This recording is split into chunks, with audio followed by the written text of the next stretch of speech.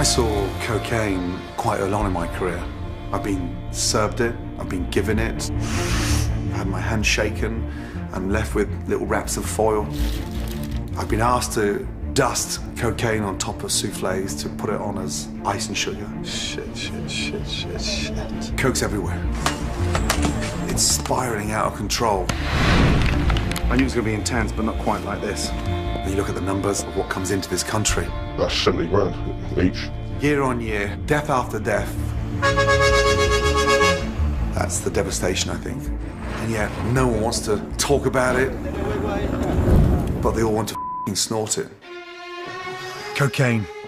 Once the exclusive drug of millionaires and celebrities, now Britain's favourite Class A drug. Commonplace in every town and city across the UK. Anyone who thinks that the use of cocaine is in any way victimless is living an absolute lie.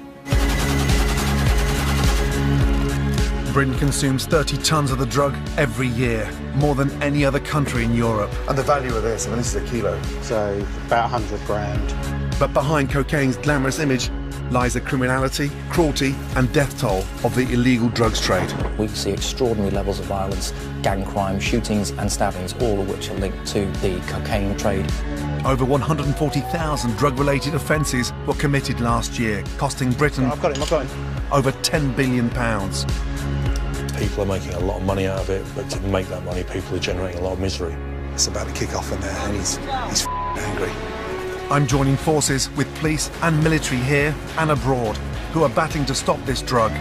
It's a journey which will take me from testing the bathrooms of my own restaurants, Staff toilets. It is everywhere. to the British streets where coke is being bought and sold every day. And I'm going back to the source, deep in the jungles of South America. Don't stop here. Save. With soaring cocaine deaths in Britain and along the coke supply chain, I'm determined to understand the criminal business behind this deadly drug. You and your organisation, how many people do you think you've murdered? Un promedio, póngale como unos 80, 110. Literally. Time to go.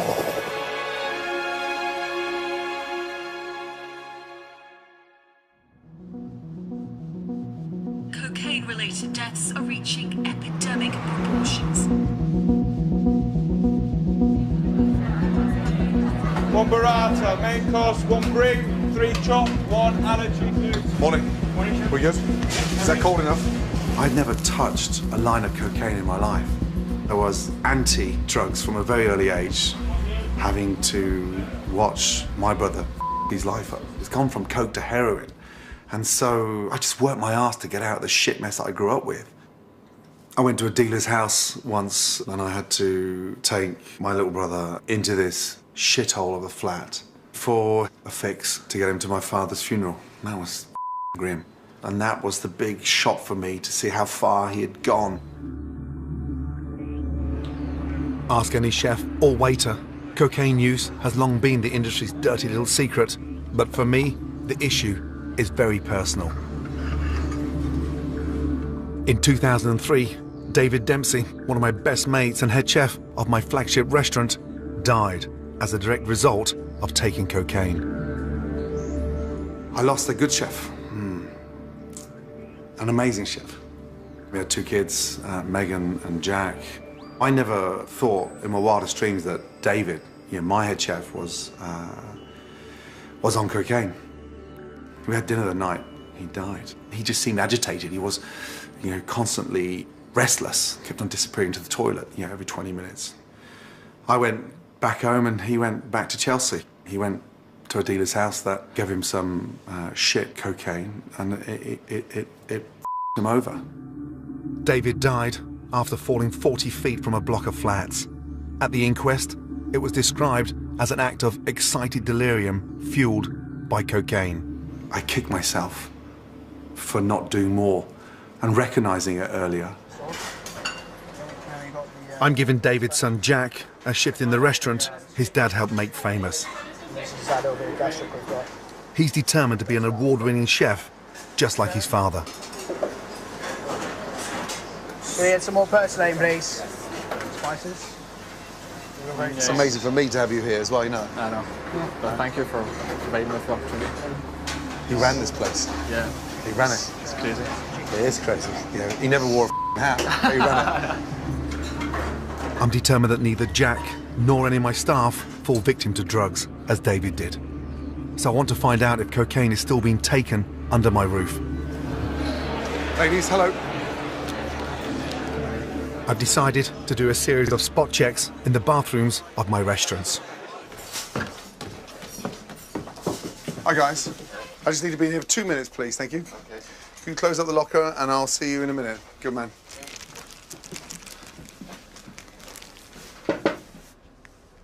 Oh, how are you? Good, chef. Good man. Wash your hands. Finish the business. I was. You on a break? No, chef. Just using the room. Right. You don't flush it?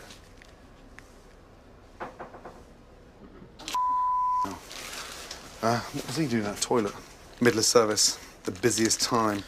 Let's hope this is not bad news. I'm testing the toilets with a special wipe, which turns blue if cocaine is present. And that's blue. That's inside my own staff toilet, so that's not good news. Roughly 50 staff use those loos, but what about the customer ones? That blue speck there is a positive test. Cocaine has been used today in my own restaurants. And this is on a day that they shouldn't be doing coke. It's Sunday. Across my London restaurants, I've had 5 staff and 12 customer loos tested. And I'm about to give the results to my senior management team. Downstairs, the staff toilets, positive or negative? Well, you would hope. The light's being negative. Yeah.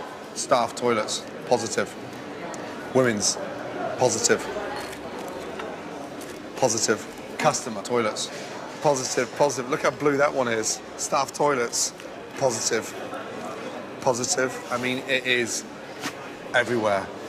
Look at the colour of that. That's the shocking one. That looks like it's been doused in cocaine. Is that blue? Yeah. It's like a J-cloth, is that blue?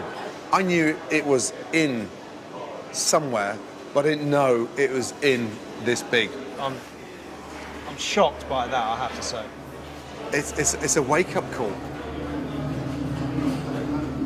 Right now, I'm obviously concerned about the staff. Why are we ignoring it? Why are we turning a blind eye? And, you know, those samples, those swabs, I mean, some of them are bright blue, and that's in my own business. That's my responsibility. But it's not just my business.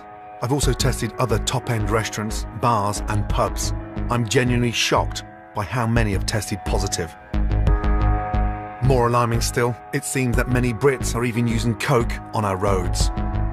But with hundreds of serious accidents every year linked to drug driving, police across the country are beginning to crack down.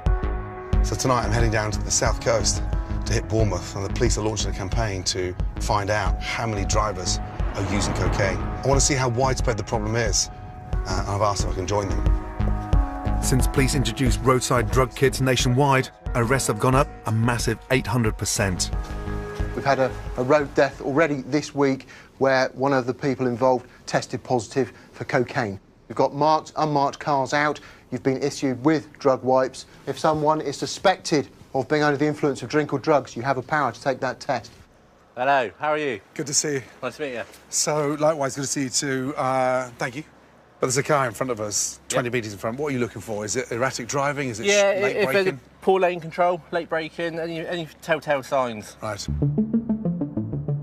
Today, I'm accompanying PC Dave Cottrell, who is single-handedly responsible for 25% of drug driving arrests in Dorset.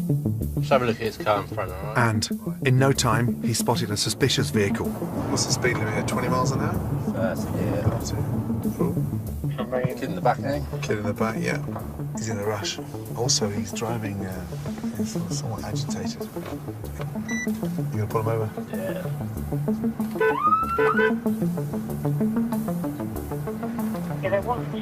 Is it your car, is it? No, it's my landlady's. Are you insured?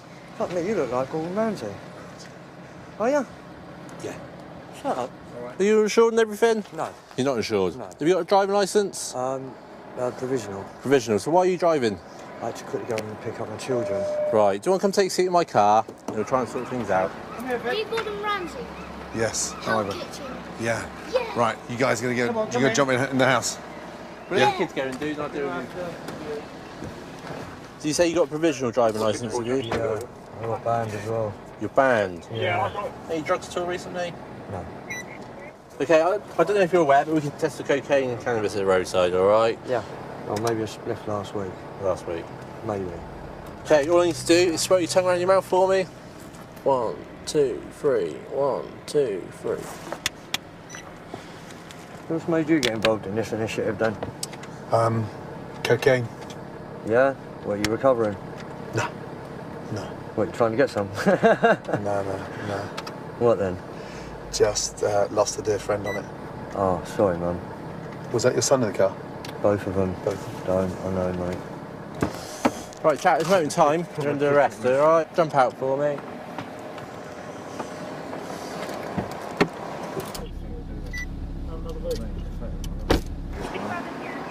Sorry to meet you in circumstances like this, Yeah, bruv. I likewise. actually quite admire you and the things you do.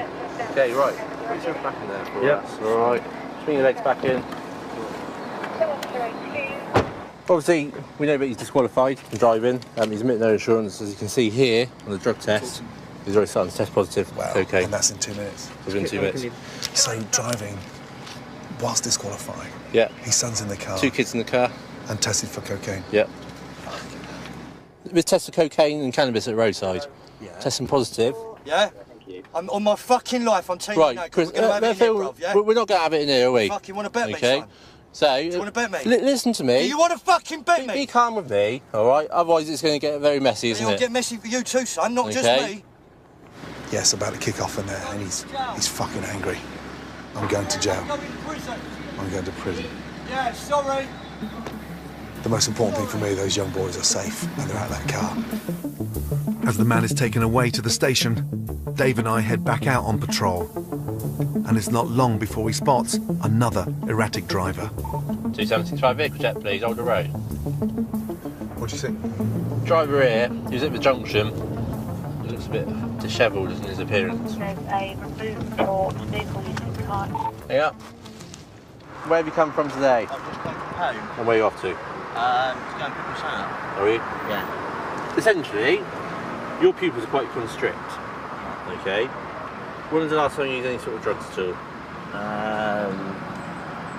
A while back. Be true for me, when was the last time?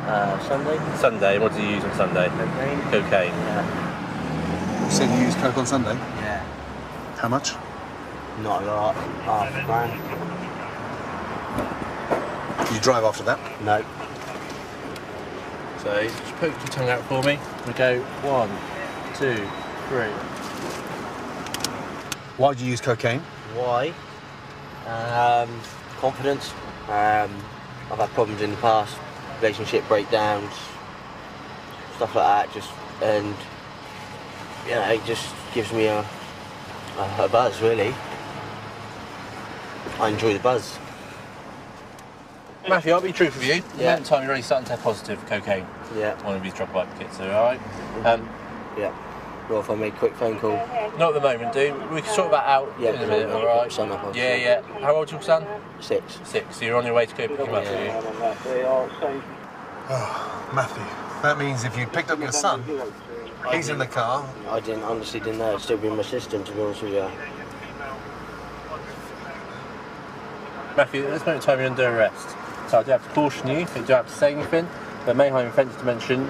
When questioned, some of which you later rely on court. Anything you do say may be evidence. Matthew, get help, please. Yeah. Okay. Follow me, yes, mate. Ultimately, Matthew didn't have enough coke in his system to prosecute. But in just over 3 hours in Bournemouth on a random Thursday afternoon, I'd witnessed 2 men nicked for drug driving, both of them on the school run.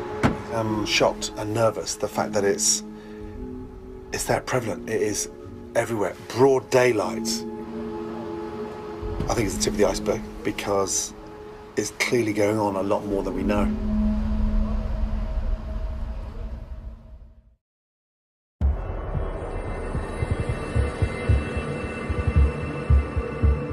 In the UK, over the past 20 years, cocaine use has gone up 400%, and coke-related deaths have increased 4 years in a row, to stand at an all-time high. At the forefront of stopping this deadly drug getting into the country and onto Britain's streets are the NCA, the closest thing we have to the FBI. I'm going to meet one of the senior officers at the National Crime Agency, Tony Saggers, and he's going to give us an insight to what's coming in, where it's coming from, and what has he done to slow this down. How are you? Yeah, good. Tony Saggers. Thanks for your time this morning. As head of drugs intelligence, Tony has dedicated his 30-year career to fighting a war against drugs, and he's disturbed by the rising use of cocaine. The cocaine trade is without doubt the biggest problem within the drugs industry. The demand for cocaine in the UK, I would say, is at a high, if not an all-time high. Gun crime in the UK is very closely associated to our drugs trade. People are making a lot of money out of it, but to make that money, people are generating a lot of misery. It's almost like epidemic. It's everywhere. How much have you stopped in the last 3 years, for instance? So in terms of our collaboration with colleagues in Europe, Caribbean, Latin America, we're stopping about 60 tonnes a year. Are we stopping the problem? No, we're not. Are we locking some really bad people up, taking away their revenue? Yes, we are. And I think you have to look at it that way. Yeah. But the reality is this country demands high volumes of coke. Organised criminals take advantage of that. But it's become accepted, Tony. I think what that demonstrates, though, Gordon, is the public's attitude towards cocaine. It's a part of society. Gangs on streets, brothels, young people with guns, you've just funded that, and that's what annoys me. So rather than it actually being abhorrent within society, which it should be, people sit in restaurants, have the conversations that you and I might have at home about a sweatshop somewhere being used by a high street brand, exploiting children as slave workers, and then go and snort cocaine in toilets. They've just subscribed to the very thing they find abhorrent.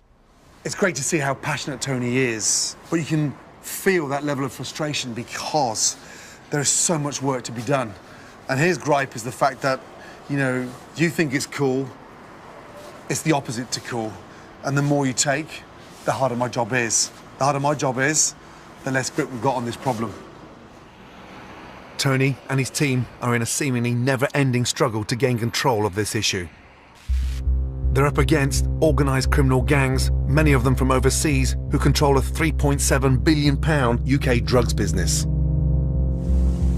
The NCA are tasked with tracking, intercepting and seizing the vast quantities of coke trafficked into Britain from abroad, and the huge amounts of money used to buy and sell the drug. Tony set me up with the rapid response unit that rely on incredible intelligence to sort of bust big drug deals and the cash that goes with it. And it's pretty obvious I don't fuck around because I've been given minutes notice to get my ass down to the station. Cheers. John Nolan is one of the most experienced officers working with the NCA. There's no time to hang about. John and his team must act immediately. They have intelligence of a drug deal.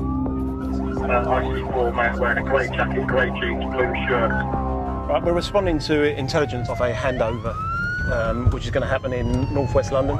And it's going to be a handover of drugs or cash? We don't know what the commodity is. Often we don't know what it is until we stop them. The drugs and the cash can look very similar. They can be packaged in the same way. They can be cellophane wrapped. Right. The handovers can effectively be very quick. John's covert team have seen a suspicious man leaving an address they had under surveillance. Units, move up, move up, move up. It's vital they arrest him before a handover of drugs or cash takes place. Here he is here. This trapper's got him on the left. See this bloke here? There's the bag. There's the bag. Right, you guys want to get out?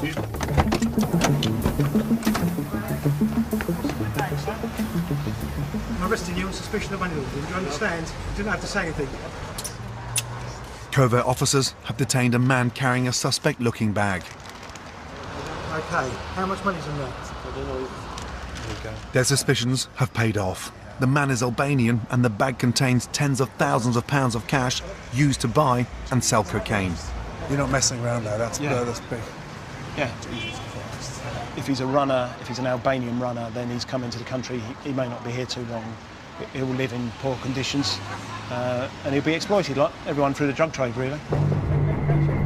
No sooner has the suspect been handcuffed Then John and his team hear about a potentially bigger deal at an address across town, in one of London's most exclusive neighbourhoods. No deviation.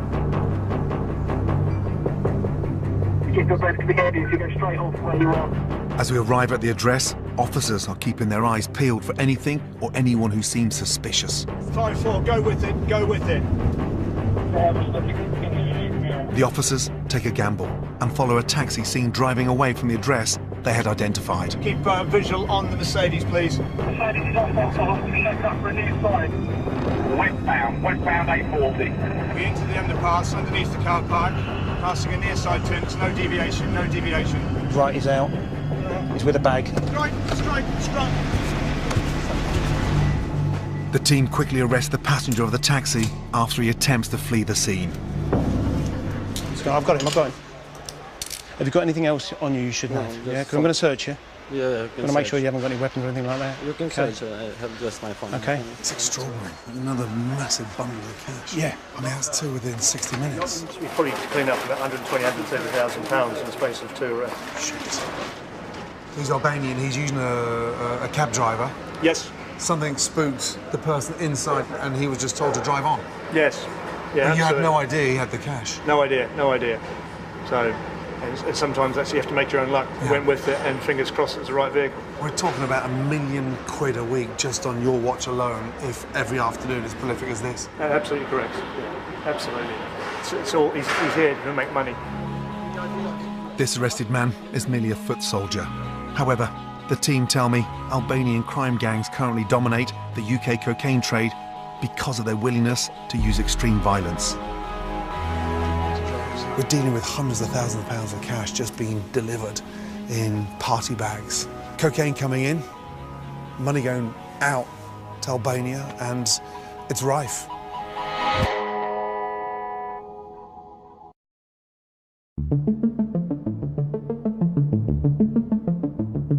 In 2016 alone, British Police and Border Force seized a staggering 4 tons of cocaine. That's more than at any time in the last decade. Despite this increased police activity, the UK is still the biggest user in Europe. And with the strength of the drug increasing, coke deaths in Britain are up 16% in the last year alone. So the authorities are working hard to stop this stuff going onto our streets. Last night, 30 kilos of cocaine was seized by the police. And I'm on my way to a lab at a secret location where it's going to be tested. And this will be a great opportunity to get my head around the size of this problem. 30 fucking kilos just last night. Morning. Hi, good morning, Gordon. How are you? Peter, fine. I'm here to meet Peter Kane, who has been a drug scientist for 3 decades. When I started, we were a team of about 8 people, and we're now a team of 70. This secure lab is where 70% of the drugs in Britain are tested after seizure. Morning. So this is a case that's just come in. So 30 kilos from one raid? Yes, yeah. Wow. That's a big siege, Ryan. Yeah, when I spoke with the officer, they said it was seized about midnight, so we've got a bit of time on it, but it is an urgent, and we do need to turn it around and get the result out as soon as possible. Yeah, 30 kilos just arrives like that in the morning. For me, I'm in shock. And how many cases do you deal with a week? Just as an example, last year in this laboratory, we examined 1.25 tonnes. Can we open one or not? Yeah, that's fine. Is it okay? Do you mind just having a look at one? Yeah, sure. Peter and his team are looking for hallmarks, which may give a clue to where this cocaine's been processed. I mean, it's just wrapped so tight, like a book. I mean, compressed to a solid mass. Are we allowed to get inside one? Yeah, I think we can open one up. Yeah, please. So you can see coming through there's a little bit of green, which is probably some green rubber. Quite often in the Caribbean, they'll drop these into the sea to be picked up by small boats. And that's the cocaine there. Yeah. My goodness me, look how packed that is. Yeah, we can probably just lift it out. Oh, whoops. That's incredible. These little holes are actually from where it's produced in the laboratories in South America. They use presses to get the excess solvent out. That's incredible. And the value of this, I mean, this is a kilo. Wholesale, probably about £35,000. And when it gets to the street, you probably times that by about 3. Yeah. So about 100 grand. That's incredible. I mean, I'm amazed at the volume we've got here. If this haul were to be sold to the customer here in Britain, it would be worth an incredible £3 million. What surprised you over the last 10 years on how they smuggle coke? It's the ingenuity that does change. Peter wants to give me a taste of some of the remarkably creative ways coke is smuggled into the country. Show you these bottles of rum.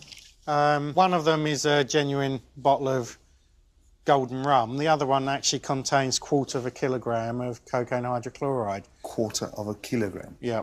Cocaine is very soluble. You can actually dissolve 2 grams in 1 millilitre of water. This was a smuggling technique that is used from time to time. Wow. Easy way to check it is you just weigh the bottles and you actually find one is extremely heavy compared to the other. Is it really? If you were to drink 1 mouthful of that, you'd die. Really? A 25ml shot probably contains about 8 grams of cocaine. How would you get the cocaine back into powder form from that? Literally just put it on something like a baking sheet and just gently warm it so you're evaporating off the liquid. Are you surprised at the prolificness of the business now in terms of the billions of pounds this generates globally? The thing is, it is a business and that's it. And they do use proper business tactics when they're selling it, etc. I want to get all this coke off my hands now. Yeah. Because the next time I go to an airport, I'm going to shit myself.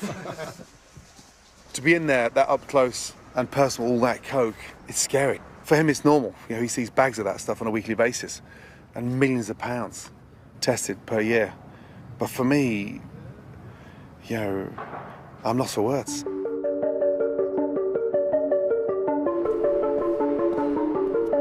It's spiraling out of control. It's part of the going out fashion. It's all over my restaurants. It's even in the staff toilets. How's so much coming in? Well, you've got to look at I mean, the UK, we're an island nation. Sure. It's almost a 360-degree target for international trafficking. We're that vulnerable? Yeah, well, that we are. You've got production here in Colombia, Peru and Bolivia. So there's a chain of countries where most of the cocaine is produced in. You've got this Latin American coastline which enters the Caribbean Sea. That's really important, we see as a gateway. So people sailing yachts, transatlantic, into the UK, smuggling coke. Countries that get exploited through this, Panama, Nicaragua, Honduras.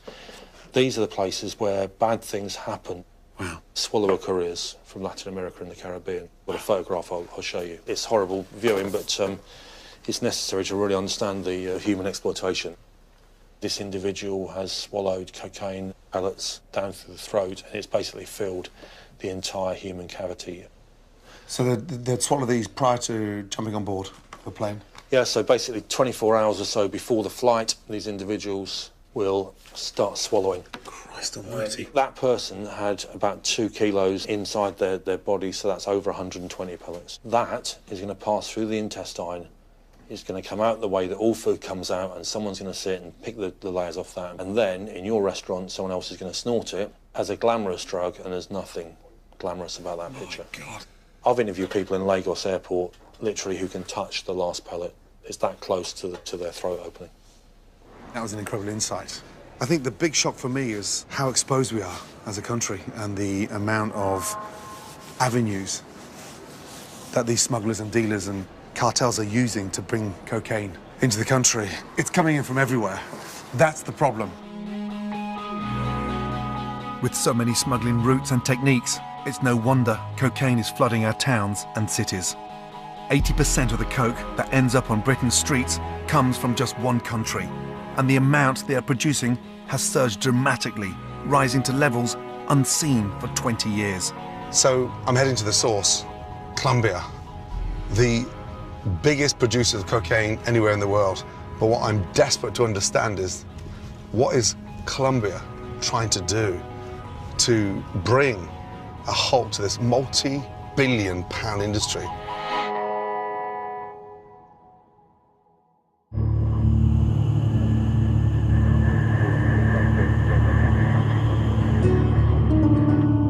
After a 15-hour journey, I'm touching down close to the border with Ecuador. I've come here to see the very beginning of the process and to understand how this seemingly unstoppable industry dominates Colombia and feeds the appetite in Britain and the rest of the world.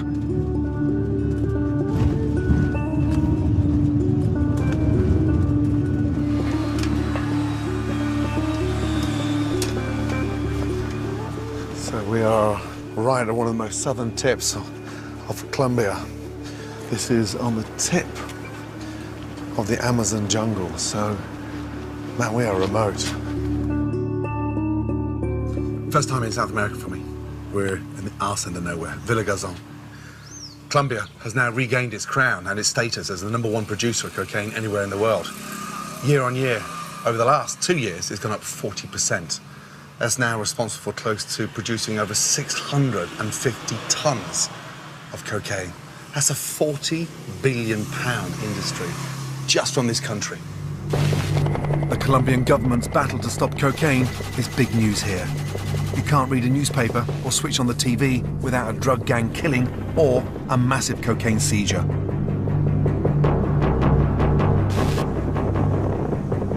To understand the war on drugs properly, I have to come to the heartbeat of where it starts and to see how this shit's produced. I'm beginning by heading deep into the jungle to meet someone who risks everything to produce cocaine. Any professional chef worth his salt goes to the source, so I want to know what goes into this drug. I'm attempting to reach one of the small-scale farmers who grows, processes, and cooks the coca plant, which is then turned into coke. I'm on my way into the jungle to meet this farmer, stroke chef. Now, this guy is basically harvesting the coca plant, but in hiding. And we are going in. I mean, we are in the depth, in the middle of nowhere. It's slightly edgy because last night, first thing this morning, you can hear the local military police helicopters scouting the area. So this is a high risk for this farmer. For me, why would you put yourself at risk? Why would you put yourself out there with your family at risk? Because getting caught here, the consequences are massive. Now, this farmer stroke chef is one individual of 1 million workforce that are now behind the cocaine industry in Colombia. 1 million people are now producing or involved in cocaine in a country that has 50 million people. I mean, it's just pretty extraordinary. What is this fucking thing coming here? Morning. I've travelled along this dirt road for over an hour. Just reaching the village is an ordeal. So this is a river crossing. The bridge is broke. I'm just going to go down and see if we can get across. That's fine. That's not too bad. So the bridge is fucked. There's no way of going over that bridge there, because that's not going to take... That won't even take my weight, let alone the car. Oh, shit. Shit. Thank God for that.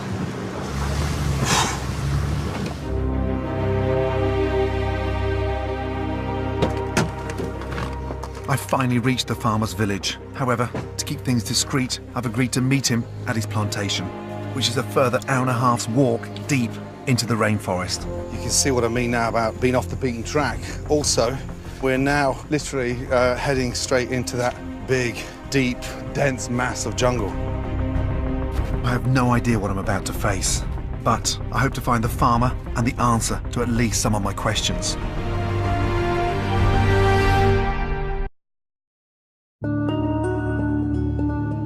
I've now journeyed for 3 hours into the remote Colombian rainforest.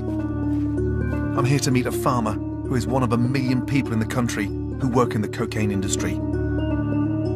He takes huge risks to both grow the coca plant and extract the drug from the leaf. This is seriously hard-going terrain. But at last I've found what I'm looking for. This is it. Fuck me. I mean, it's somewhat spread out, but this is it. Finally. This is the coca leaf. This is the start of the process of making cocaine. Now, you can eat these leaves. You know, tribes were using this for altitude sickness.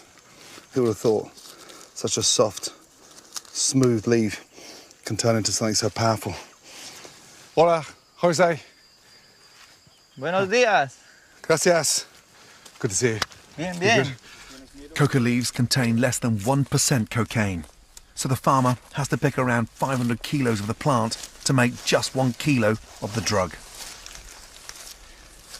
Jose, are you ever worried that you're going to get raided? Claro, nosotros tenemos que estar esto con mucho miedo porque las autoridades persiguen mucho esto por lo ilícito. Yo soy padre de 4 hijos. And do you not worry because you have such a young family? What would the family do if you were to get busted?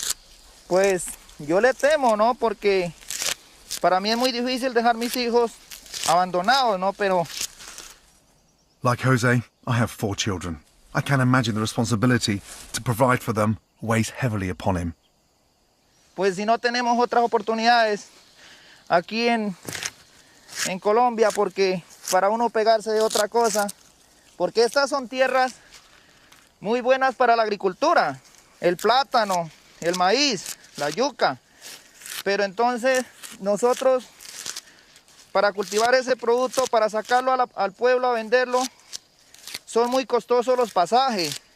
Como ustedes se dan cuenta de las carreteras, que no tenemos puentes, las carreteras son muy malas, es muy duro para sostenernos de la agricultura. Do you have any idea outside of this jungle of the devastation of what this is causing?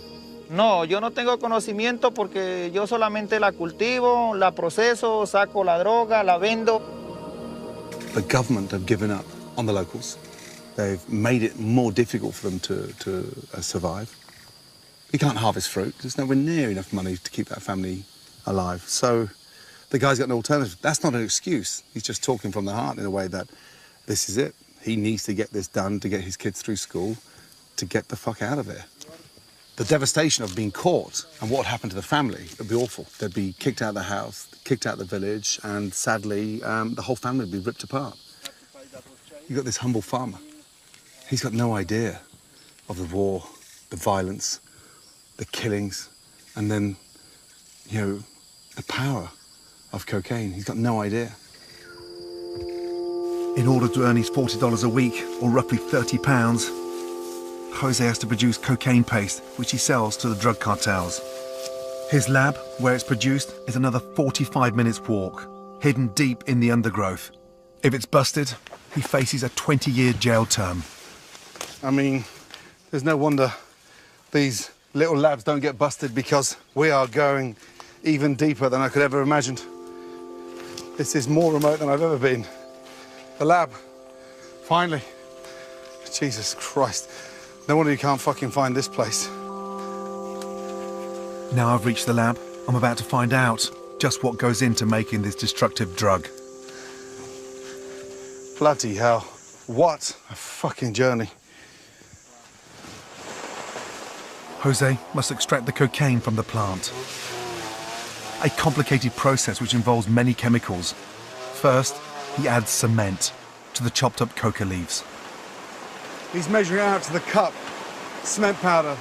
I mean, this takes squashing grapes for me to a whole new fucking level. Almost like finishing a fucking souffle with fresh icing powder. Wow. 12:24. After Jose finishes mixing in the cement, the next delightful ingredient is added. Sulfuric acid, dissolved in water. My eyes are burning. Huh? My eyes are burning. Lo hace llorosear. When you see the bright white of that finished product, everyone thinks it looks classy, sophisticated, then they boast and show off to their mates. The arrogance of taking it. I'd just love to bring them here right now and show them the shit that goes on. I'm appalled at what goes into it. I mean, the cement was hard enough, but the sulfuric acid. This mixture is put into a barrel and doused in gasoline. This is then left to marinate to draw the cocaine from the leaf. It's like something out of fucking Harry Potter. Does he know who Harry Potter is? ¿Tú sabes quién es Harry Potter? No. No. Thank fuck for that.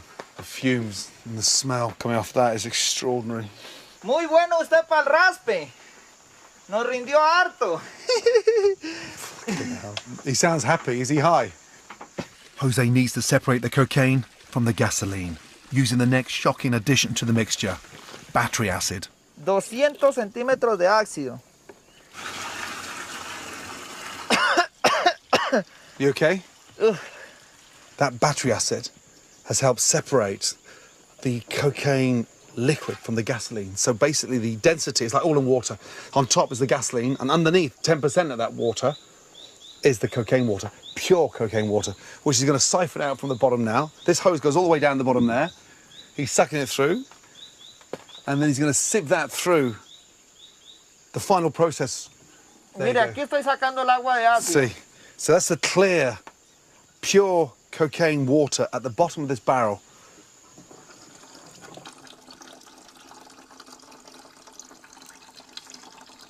Very strong, very acidic, very bitter, very, very strong. Wow. Wow, wow, wow, wow, wow. Fuck me. Next, in goes bicarbonate of soda, which helps to get rid of the excess gasoline and battery acid. It's giving it a bit of a white colour. Look at that now. Once the mixture is dried, it starts to resemble cocaine for the first time. But there's still more work to do. We have to walk 1 hour back to the village for the next extraordinary stage of the process. And certainly the most risky for him. He needs to gently cook the mixture to take out more of the impurities. All that, you know, picking, gathering and everything that he's worked hard for, down to this little cupful of liquid cocaine. I mean, crazy. So he's brought it up to the boil, and now he's skimming the top again to make it even purer. So it's like, almost like a sort of toxic scum that's come off the powder. And the actual liquid cocaine looks so much more clear now. It's like this syrup, like a treacle. Almost like you're tempering it, like you're tempering chocolate. Jose spreads the liquid onto a tray and allows it to dry. Wow. It's this paste that is bought by the cartels who control the drug trade. Ultimately, they'll turn it into cocaine hydrochloride after adding a few other chemicals to make it consumable. Jesus. Wow. From when we started first thing this morning with that huge vat of leaves to this tiny bag. That's incredible. Jose will receive about £30 a week. This bag of paste will be worth roughly £5,000 on the streets of Britain. I've cooked some serious shit in my life and been to some extraordinary places, but nothing quite on this level. That guy is living on a knife edge. But the sad news is, if he's caught with that bag of paste at the end, you know, that's 20 years banged up. 20 fucking years for that. The guy earns $150 a month.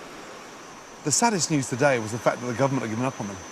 You know, they're not repairing bridges, they're not giving them any sort of funding, and so these guys have got no option but, you know, to work their arse off locally and produce that cocaine paste to stay alive. That's the sad news. Jose is just one farmer struggling to make a living for his family. Most of the industry is controlled by the cartels. They are powerful criminal gangs causing misery and death and responsible for bringing this drug to the UK.